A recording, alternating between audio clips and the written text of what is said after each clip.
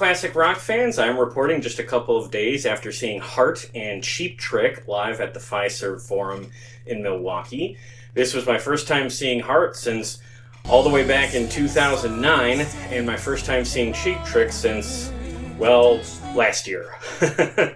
Now, I was actually supposed to see this show last year as well, but that show, along with most of the other dates on the tour, had to get postponed into this year because Ann Wilson of Heart was diagnosed with cancer. She put out a statement that said it was detected early, so she was able to go through chemo treatments, and as of right now, she's clear of it and able to tour again. So this Heart Royal Flush Tour from 2024 mostly has been rescheduled to 2025. And I have a lot to say about Heart, so I'm going to get into that in just a moment, but I want to talk about Cheap Trick first because I saw them play last year and I posted a review of that show on this channel. Now, if you saw that review, you might remember that I had a couple of minor complaints.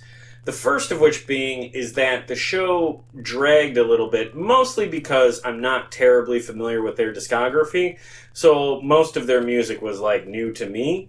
And unfortunately, they saved all of their big, recognizable radio hits to the end of the show, which meant a lot of deep cuts and obscurities in the earlier part of the show, which, again, to me as a casual fan who doesn't know most of this stuff, it dragged a little bit and didn't totally work for me. Now, my second, and again, minor criticism of that show was that Cheap Trick has a couple of soundtrack songs in their discography, and I thought maybe including those in the set list could have improved the show. And the songs in particular were Reach Out, which was used on the 1981 heavy metal movie soundtrack, Mighty Wings, which is from Top Gun, and their cover of In the Street, which was used for the intro credits of that 70s show. And I highlighted that one in particular because that 70s show is set in Wisconsin, so I thought that would be a good song to play if they're playing Wisconsin, which they do all the time. And now I'm happy to say that this recent show that they did with Heart brought in a couple of those changes I recommended.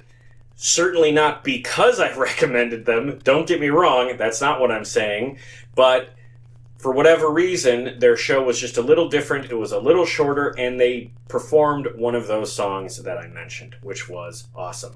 Now, the interesting thing about Cheap Trick for this tour is that they're the opening act, but they got a full hour to play, which is longer than most opening acts get. Borderline co-headlining, because Heart played for an hour and a half. So if there was a 15-minute switch between those bands, you're talking about actual double headliners at that point. But even still, that hour performance was a little shorter than what I saw from the Cheap Trick show last year after the Admirals game. I think that show was like an hour and 15 minutes, almost an hour and a half. So that difference meant that Cheap Trick had to cut basically 2 songs from the set list they were doing last year. So even though they're still doing that thing where they save all of their most popular songs for the end of the show, it's not as long of a wait getting to that recognizable stuff. And one of the songs that was played earlier in the set was one of those soundtrack songs I was talking about. Can you guess which one? It's not that hard to guess. Certainly not Mighty Wings. I don't think they've ever played that live. Unfortunately, not Reach Out. They haven't done that since like the mid-'80s. Instead, it was their cover of In the Street, which was used for the intro credits on that 70s show. And that was a surprise because I don't think they had done it the night before because they post their set lists on their Facebook page.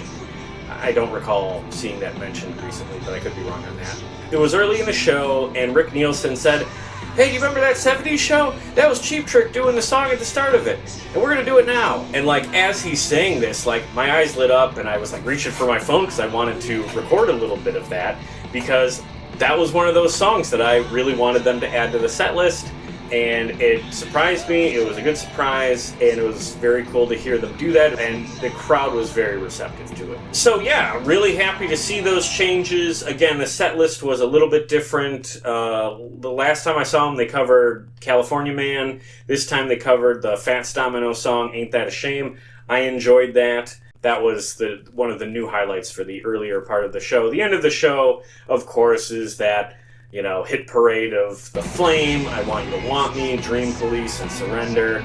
Dream Police, man, such a good song. And they do this cool siren thing at the start of it. It's fun. So definitely a more enjoyable show than what I saw from them last year. And again, I'm not saying that to put down the show I saw in 2024. I enjoyed that show quite a bit.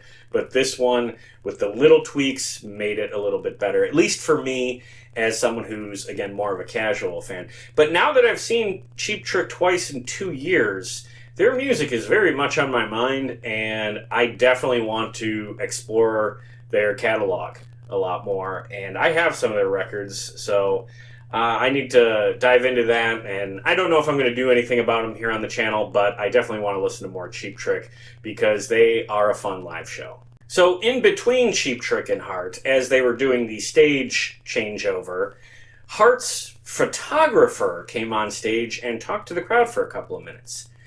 Now, in the moment, I was a little confused by this because I have very rarely seen something like that. Initially, I thought this guy was someone from like a local charity group or like a radio station or something, and I figured he was going to talk to the crowd to basically promote something or encourage people to make donations to something. I've seen that sort of thing before, but he didn't. He just kind of talked about working for Heart and being on the road with them and how much fun it is, and it was mildly interesting, but there was a point to all this. I just didn't get it right away. As he was on stage, he mentioned to the crowd that Ann Wilson had a cancer scare, but not only survived, but kicked its ass, as she did. And that got a huge round of applause. And then he mentioned that Ann, in an unrelated incident, slipped and fell, I guess, and broke her elbow. And, she's on the mend from that. So he said, this show already got postponed. Ann did not want to postpone it again. She wanted to get out here and perform for you guys, any way you can. I'm paraphrasing, by the way. I don't remember what he said exactly. But basically, he was telling us that Ann had been through a cancer scare, but that doesn't affect her ability to sing. Now, I knew about Ann's battle with cancer, but I suspect a large portion of the audience didn't. Now, you might be thinking, well, why does the audience have to know? And if we're celebrating that she beat cancer, well, why doesn't she come out and say, hey, I kicked cancer's ass and get a round of applause? But that really wasn't why he was bringing it up. I believe the reason he came out on stage was more or less to prepare the audience for Ann's presence on stage, which was a little different than it had been in the past. And what I mean by that is that Ann is performing this tour while in a wheelchair. So if you don't know the context for why that is, seeing Ann in a wheelchair on stage might be, I don't want to say shocking or even confusing, distracting. What you might have is a bunch of people in the audience like looking on their phones to find out what's going on with her and not paying attention to the show. So this was a good way of basically just giving the audience a heads up of what's been going on with Ann. Because here's the thing, all the health issues she's been dealing with over the past year, and in particular with her elbow recently, that doesn't affect how she sings now. What's important is her vocals. She is one of the greatest vocalists in classic rock history. Not women's rock history, all of classic rock history. And she's still performing at a very high level. She's coming off a very serious cancer diagnosis from just a year ago, and more recently now having an elbow injury. She's on the mend. So in order for her to perform these hour-and-a-half long live shows, she needs to be sitting, and a wheelchair is the best way for her to do that. This is not even close to the first time that a classic rock artist has had to do something similar. Axl Rose, a number of years ago, had to perform while sitting in a throne, which was a throne he borrowed from Dave Grohl, who also injured himself and couldn't stand for the course of a show. In 2021, you might have seen my review of this, I went to go see Genesis in Chicago on their farewell tour, and Phil Collins has had so many health issues that he's really barely able to stand at all, Well, through that show, he sat. But like with Ann Wilson just a couple of days ago, Phil sounded great, and that's what mattered. And I guess since that photographer came out in between bands and told the audience about Ann's condition, she felt that was enough for the audience to hear, because she didn't acknowledge being in a chair at all the whole show. And based on what Ann has said already about her chemo treatment, I imagine that that is a topic she doesn't care to talk about any more than she has to. So if it's easier for her to have someone come out ahead of time and give the audience a heads up that she's been going through some stuff, I think that's a good strategy. They opened the show with Baby Lay Strange, which is a fan favorite, and then went to a favorite of mine, Never, which is one of their big 80s ballads. Yeah, here's where I, show my hand about Heart. I like their 80s era, which, if you follow this channel, it probably won't surprise you very much. I'm an 80s guy, I like 80s music, I like hair metal, I like power ballads. Not to say I don't like Heart's 70s stuff. I do a lot. But I also really enjoy what they were doing in the 80s. When I was younger, I remember there was like a divide of people who were like, oh, they were good when they were in the 70s, but then they did all those ballads and they sucked. And I can't tell you how glad I am that we're basically past that era of music criticism, where people thought if a band works with outside songwriters, that was somehow bad for a band. Or if a band recorded music that was different from music they used to record. Can't tell you how glad I am that you don't really see that sort of hemming and hawing anymore.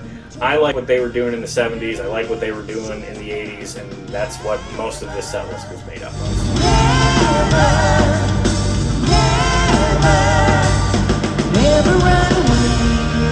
After Never, they went back to the 70s for Magic Man, Love Alive, Little Queen, and one of my absolute favorites of theirs, Straight On. That's probably my favorite song from their 70s era, from the pre-MTV era, Straight On. And it was interesting, when they did Straight On, they did it as a medley, but it was a medley with an MTV era song. It was a medley with David Bowie's Let's Dance. And that was a nice treat. Bowie's been gone for a couple of years now, so you don't see artists covering him as much anymore. Right after he passed, there were a number of bands who would do Bowie songs as part of their live shows, and I always enjoyed seeing that. But it's been a while since then, so I haven't seen a Bowie song performed live properly in a couple of years. And seeing Heart do a fun version of Let's Dance, that was fun. After that was Nancy's big ballad, These Dreams. That's one of my favorites, from their big hair era.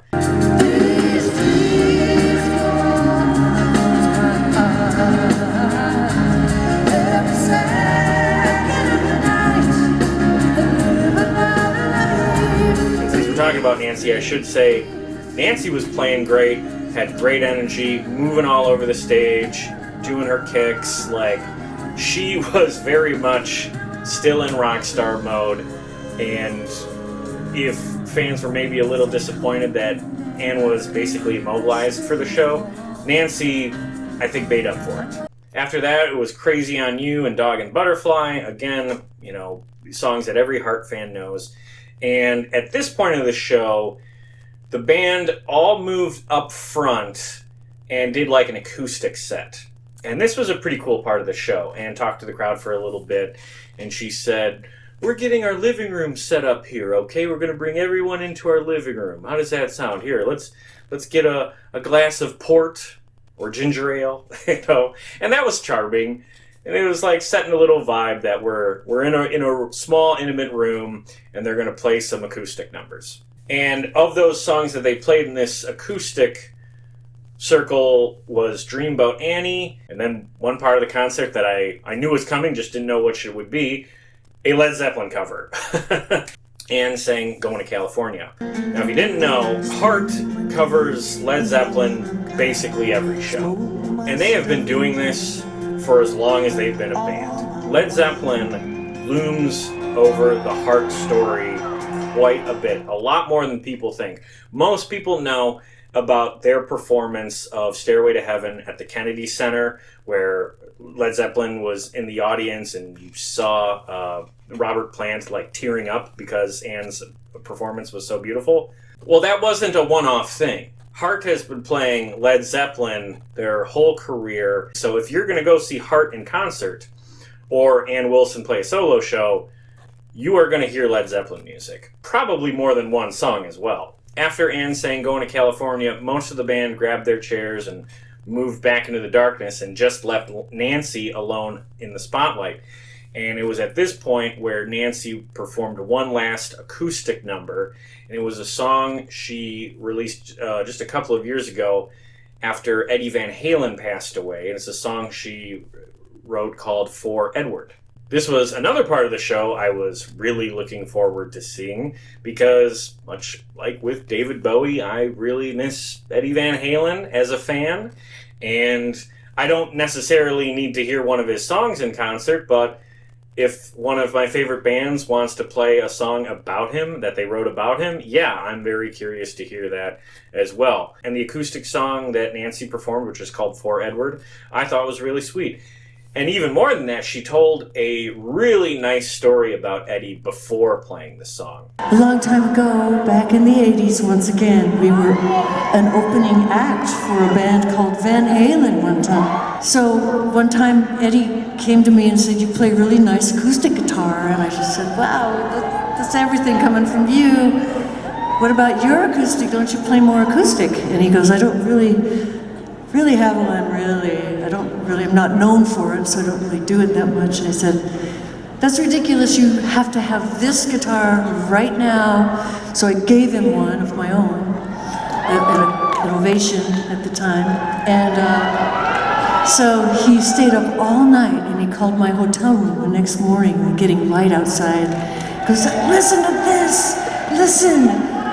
You gave me this guitar, and I wrote something for you." And he played me this beautiful piece of acoustic instrumental music that I'll never forget as long as I live.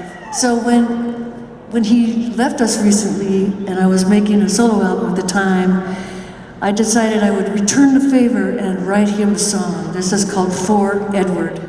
As she was talking about that Van Halen tour, she did mention that the Van Halen brothers were extremely rowdy and crazy and debaucherous and, you know, what their reputations were. And I was wondering if she was going to tell the one story that I know that happened on that tour, because it is sort of infamous. The story being is that at some point back in that tour in the 80s, the Van Halen brothers propositioned the Wilson sisters, and the Wilson sisters turned them down. But yeah, rock star shit, you know? So obviously she wasn't going to tell that story. But what she said about Eddie, again, as someone who misses him and, you know, loved his music, I loved hearing what she had to say, and I really liked hearing her play the song that she wrote for him.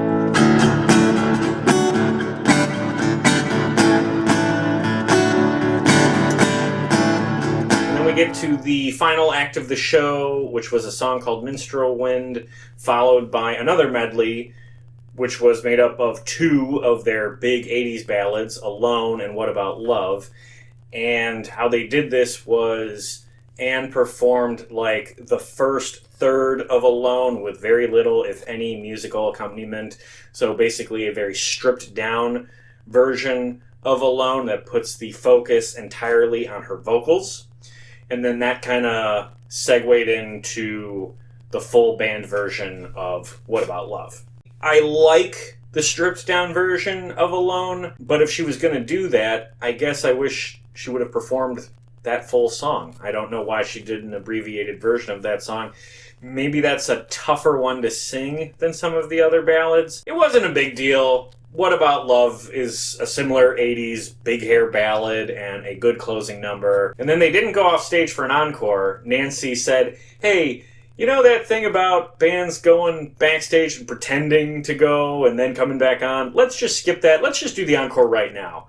And again, because of Anne's mobility issues, yes, that makes sense. Like, you don't need to leave the stage, but you don't want to have fans think that you're getting cheated out of the encore. So, you know, drawing the line saying, "Hey, this is the encore," that works just fine. So their encore was 3 songs. The first was a song called Sand, which was written about someone who used to work for Anne who passed away from AIDS. I had never heard that song before, but I will say, it surprised me. It was very sweet.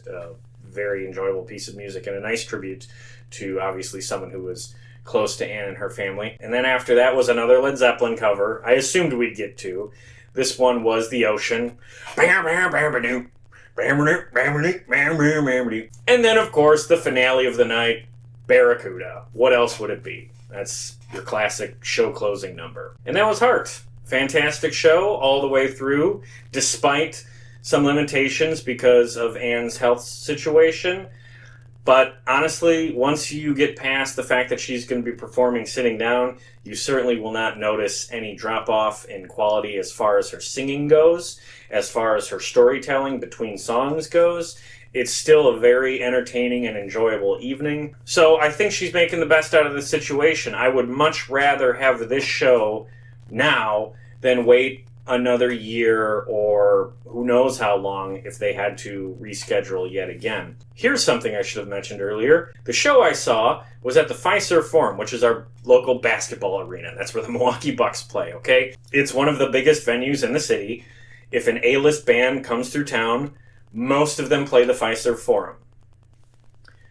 Do you know where I saw Heart play in 2009? It was on a free stage at Summerfest. The old M&I classic rock stage, which was the most scaffoldy, rickety thing you'd ever seen.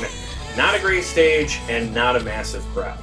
So what's changed in the last 15 years? How did they go from playing a free stage at a festival to now the big basketball arena downtown? Well, a couple of things. One, they did get inducted into the Rock and Roll Hall of Fame in 2013, and that is a big deal in the industry. Bands definitely get a boost after that happens. Then they broke up and got back together. That's actually a bigger deal than some people think. That whole reunion thing is definitely a good way to get fans to come out, especially when it's a band that reliably tours every year and then they break up for a while. You know, fans miss them, and then when they get back together, fans are a little less likely to take them for granted.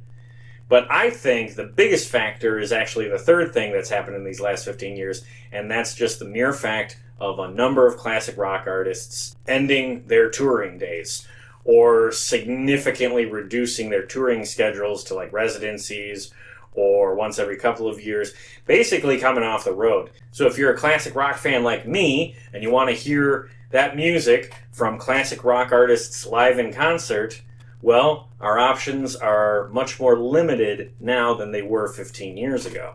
And that's a big reason why Heart is now playing bigger venues. Not to say that they shouldn't. I will say, though, it wasn't a full house. I think the rescheduling hurt them a little bit because this is the first time I've seen this at the Fiserv Forum, but they had to drop the curtains down over the furthest back seats. So yeah, if they come to your town, I would highly recommend going to see them because I don't think they're a band you can assume are going to be coming back again and again and again. They do want to make a new album, and I do know they want to keep performing together, but again, you know, they're in that class of classic rock artists where we can't take them for granted anymore. And also, I remember why they broke up in 2016. It wasn't like a money issue or an artistic difference. It was a family situation. It's kind of a sensitive topic, and that's one of those things where you never know when something like that might emerge again. I really hope it doesn't, because it was an ugly situation. But you can't assume just because they're on good terms now that everything's hunky-dory from here on out. It could happen again. There could be, more fallout from it. You never know. All I'm trying to say is don't take Heart for granted. If you like their catalog, if you like classic rock live in concert, go see them. Hey, if you like Led Zeppelin, go check out what Heart's doing. They're going to do a Led Zeppelin song every show, probably more than one. I think they've made the influence that Led Zeppelin has had on them a big part of their identity, particularly in live shows. So if you like hearing Led Zeppelin songs live in concert, definitely go see what Heart is doing, because they will certainly play at least a couple. And that's all I've got to say about Heart and Cheap Trick in 2025. It was a fantastic show. I really enjoyed it. I hope you get a chance to go see them. If you do see them, please tell me what you think about it in the comments below. Otherwise, please check out some of the other concert reviews I do on this channel. If you're a fan of classic rock, I guarantee I've talked about another artist or band that you're a fan of. And if you are that fan of classic rock, I do a podcast that's all about classic rock, and I think you should check that out as well. We've had a lot of great guests on this year, and we have some very exciting stuff coming up in the near future. So please subscribe, and please check out what we've got going on this channel. Otherwise, thank you very much for watching this video, and keep rocking. Coming straight up.